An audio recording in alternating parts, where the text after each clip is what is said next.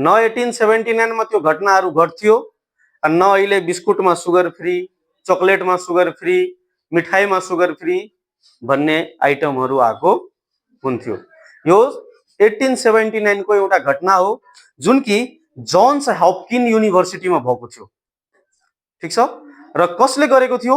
Constant फेल्डबर्गले, एउटा साइन्टिस्टको नाम हो, जसले गल्तीले पत्ता लगाएको थियो कि हामी यस्तो सुगर पनि बनाउन सक्छौं जुन सुगर फ्री हुन सक्छ, तर एक्चुअली उसले पत्ता लगाएको थिएन, गल्तीले पत्ता लागेको थियो। उसले कोल टार हुन्छ नि, कोलको टार, कोइलाको, त्यो टार माथि रिसर्च गर्दै थियो, र त्यो रिसर्च गर्दा गर्दै गर्दा गर्दै लास्टमा अब कुनै बेला यसो जिब्रोमा टच गर्छ के, अनि टच गरेपछि धेरै मिठोपन फिल भयो उसलाई। त्यो आफ्नो औला उसले के भयो, धेरै नै मिठोपन जस्तो फिल भयो। अनि उसले सोच्यो यत्रो गुलियो के होला, हैन? त उसले त्यसमाथि रिसर्च गरियो र उसले के पत्ता लगायो, त यो जुन केमिकल हो यो सैक्रिन भन्ने केमिकल हो। र यो सैक्रिन हाम्रो नर्मल जुन चिनी हुन्छ नि, त्यो चिनी भन्दा 200-300 गुना बढी गुलियो हुन्छ। मतलब 200 दाना चिनी को जति गुलियो हुन्छ नि, 200 दाना चिनी त्यति गुलियो यसको एउटा दाना मात्रै हुन्छ। ठीक छ, अब यो त पत्ता लागिसक्यो, तर यसलाई खाने कसरी? अब खाने कि नखाने यो धेरै ठुलो कन्ट्रोभर्सी हो नि त। अब कुनै नयाँ कुरा पत्ता लगायो डाइरेक्ट खान थाल्ने हैन। त अब के भयो त, पछि यसमाथि रिसर्च चल्दै गयो हैन। र पछि जब वर्ल्ड वार फर्स्ट र सेकेन्ड को टाइम आयो नि, कतिखेर world war first and second, world war first र सेकेन्ड को समयमा के भयो त, त्यो समयमा चिनीको एकदमै सर्टेज भयो, र चिनीको सर्टेज भएपछि अब कुनै न कुनै विकल्प त खोज्नु पर्छ, र विकल्पमा यो सैक्रिन भन्ने केमिकल आयो। यसलाई एफडीए हरूले हैन, उनीहरूले के भन्यो त, यो केमिकललाई एज अ स्वीटनर को रूपमा हामी युज गर्न सक्छौं। कुनै कुरालाई मिठो बनाउने, गुलियो बनाउनको लागि हामी यसलाई युज गर्न सक्छौं, र यसको युज स्टार्ट भयो। ठीक छ, त पहिला त वर्ल्ड वारमा युज भयो, त्यस्तो समयमा जुन समयमा क्राइसिस थियो हैन, तर पछि त क्राइसिस खत्म भयो चिनीको। तर धेरै ब्रान्डहरू जस्तै कि कोकहरूको ब्रान्डले हैन, जसले लिक्विडहरू बेच्छ, खाने पदार्थ, पेय पदार्थहरू बेच्छ, उनीहरूले यसलाई छोडेन। सर्टेज खत्म भएपछि पनि छोडेन। किन छोडेन? त सिम्पली बुझ्ने, यदि हाम्रो नर्मल चिनीले 1 ग्राम चिनीले यदि 4 क्यालोरी दिन्छ भने, 1 ग्राम चिनीले कति क्यालोरी दिन्छ? 4 क्यालोरी दिन्छ भने, त यसको पनि 1 ग्रामले कति नै क्यालोरी दिन्छ? 4 क्यालोरी दिन्छ। तर नर्मल सुगरको जुन 4 क्यालोरी हुन्छ नि, त त्यो त हामीलाई त 1 ग्राम त खाएर त हुँदैन, त्यो त चम्चा भरेर खानुपर्छ। तर यो त हामीलाई 1 ग्राम पनि खाइराख्नु पर्दैन, यो हामीलाई 1 ग्राम पनि खानुपर्छ पर्दैन, किनकि यसको 1 ग्राम यसको कति ग्राम बराबरको मिठास दिन्छ? 200 ग्राम बराबरको मिठास दिन्छ। 200 गुना भन्दा पनि बढी मिठो हुन्छ के, एउटा एभरेज लिएको छौं 200 ग्राम, 200 गुना भन्दा पनि मिठो। त त्यो हामी 200 ग्राम खायो भने यो कति ग्राम खानुपर्छ? जसको कारणले हाम्रो शरीरमा एनर्जी कति गयो? कम गयो, र एनर्जी कम गएको कारणले हाम्रो वेट के हुन सक्छ? लुज गर्न सकिन्छ। जुन मान्छेको मोटापा धेरै छ, मोटापा कहाँबाट हुन्छ? धेरै क्यालोरी खाँदैछ वजन बढाउँदैछ हैन। त त्यस्तो मान्छेलाई अब कोक खानलाई टेन्सन, अब त्यस्तो मान्छेलाई के भयो त, कोक खान इजी भयो, किनकि कोक पनि खाने र क्यालोरी पनि नबढाउने, कम क्यालोरीमा कोक हुन्छ हैन, त शरीरको वजन बढ्दैन भनेर एडभर्टिजमेन्ट भयो। पछि रिसर्च भयो, पत्ता लाग्यो कि यो कोक मात्रै हैन, यो के भन्छ, कोक मात्रै त्यो सुगर फ्री खाएर मान्छेको वजन घट्दैन, पुरा डाइटको सिस्टमै घटाउनु पर्छ। एउटा कोक मात्रै खादिन त वजन घटिहाल्छ।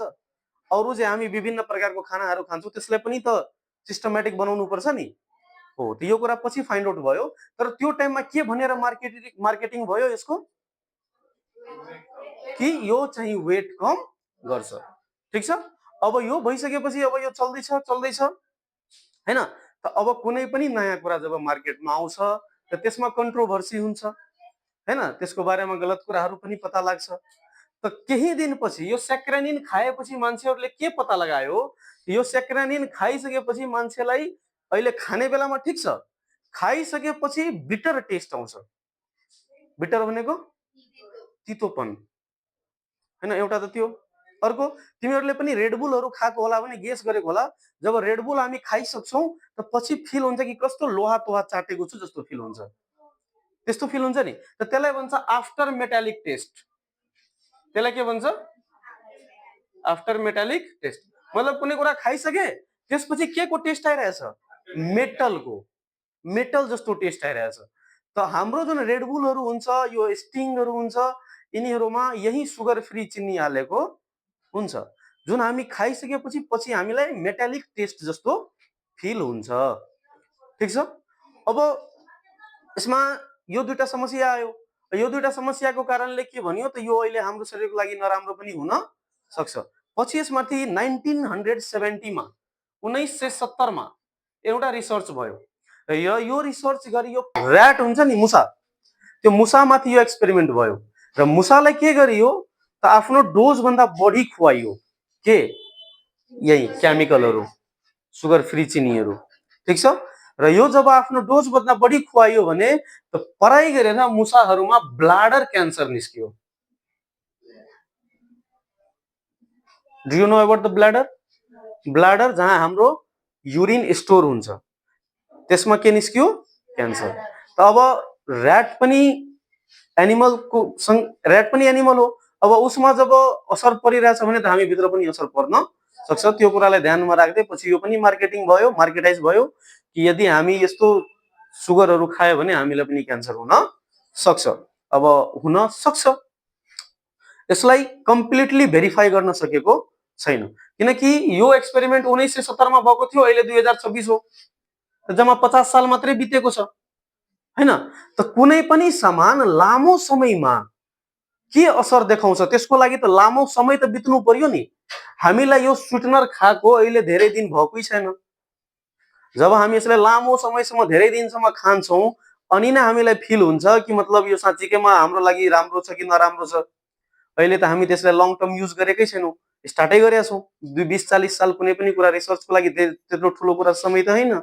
अब हामी यसलाई पुरै जीवनभरि मान्छेहरूले युज गर्छ, आफ्टर द्याट के रिजल्ट आउँछ त्यो त पछि थाहा भेट्छ। त्यही भएर भोलि गएर के रिजल्ट आउँछ यो कुरा हार्वर्डको रिसर्चले पनि भन्न सकेको छैन, हैन, WHO ले पनि भन्न सकेको छैन। कुनै पनि हेल्थ अर्गनाइजेसनले यसले लङ टर्म कस्तो असर पार्छ अहिलेसम्म भेरिफाई गर्न सकेको छैन, किनकि लङ टर्म बितेकै छैन। हामी अहिले ट्रायल फेजमा छौँ। ठिक छ। अब त्योभन्दा पहिला हामीलाई के बुझ्नुपर्छ, यो जुन हामी खाइरहेछौँ यसले हामीलाई मिठोपनको फिल कसरी गराउँछ या हाम्रो शरीरमा क्यालोरी कसरी दिँदैन, हाम्रो शरीरमा ग्लुकोजको मात्रा किन बढाउँदैन। सबभन्दा पहिला हामीलाई यो बुझ्नुपर्छ कि जब हामी नर्मल सुगर खान्छौँ नि, चिनी, र त्यो हाम्रो पेटमा जान्छ र इन्टेस्टाइनले त्यसलाई एब्जर्ब गरेर ग्लुकोज बनाउँछ र त्यो ग्लुकोज हाम्रो ब्लडमा जान्छ र त्यही हाम्रो एनर्जी बन्छ, हैन। र त्यही समस्या हो कसको लागि? जुन पेसेन्टलाई डायबिटिज छ, हैन, किनकि त्यसको शरीरमा ब्लडमा ग्लुकोजको मात्रा बढ्नु भएन। डायबिटिज पेसेन्टको त्यही समस्या हो। अब यो समस्यालाई कसरी यसले ट्रिगर गर्छ हेर्ने, हाम्रो जिब्रोमा दुई प्रकारको रिसेप्टर सेल्स हुन्छ जसले स्वाद पत्ता लगाउँछ। एउटा T1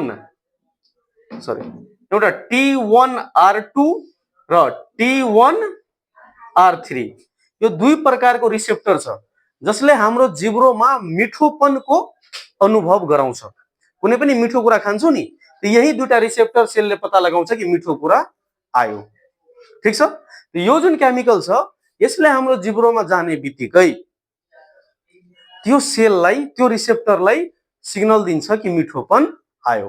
तर धेरै मिठोपन हुन्छ, हैन, त्यो मिठोपन आयो भनेर सिग्नल दिन्छ।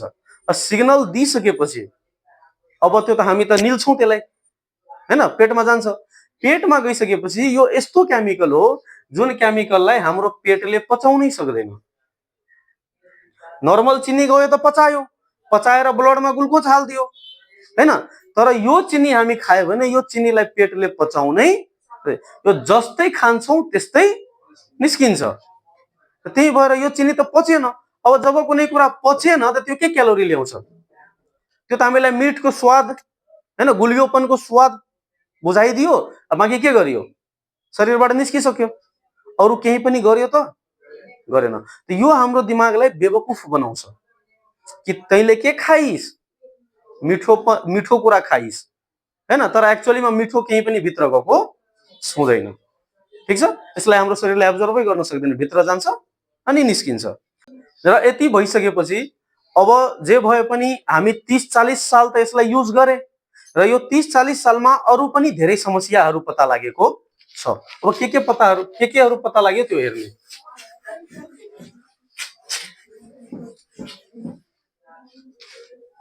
के पत्ता लाग्यो? एउटा त पत्ता लाग्यो गट प्रब्लम। के प्रब्लम? हाम्रो पेटमा समस्या हुन सक्छ यो खायो भने।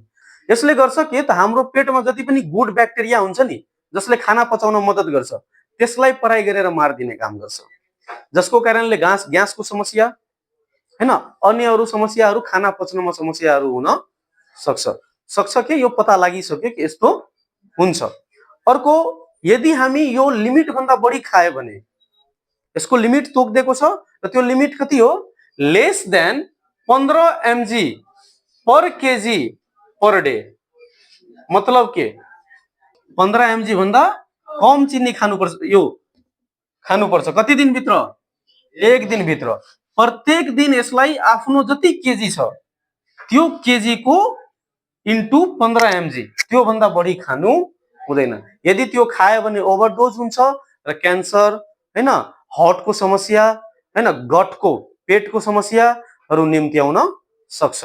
त्यसैले हाम्रो वजन कति छ त्यो अनुसार हेरेर मात्रै त्यो जति पनि ड्रिङ्कहरू आउँछ या जति पनि बिस्किट के आउँछ त्यो सबै कुराले आफ्नो वजन अनुसार हेरेर मेरो कति वजन छ र कति एमजी मेरो लागि ओभरडोज हुँदैन त्यो कुरा हेरेर मात्रै हामीले खानु पर्छ।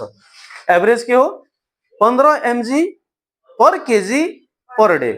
1 केजी को मान्छे 15 mg भन्दा बढी एक दिनमा खानु हुँदैन। ठिक छ।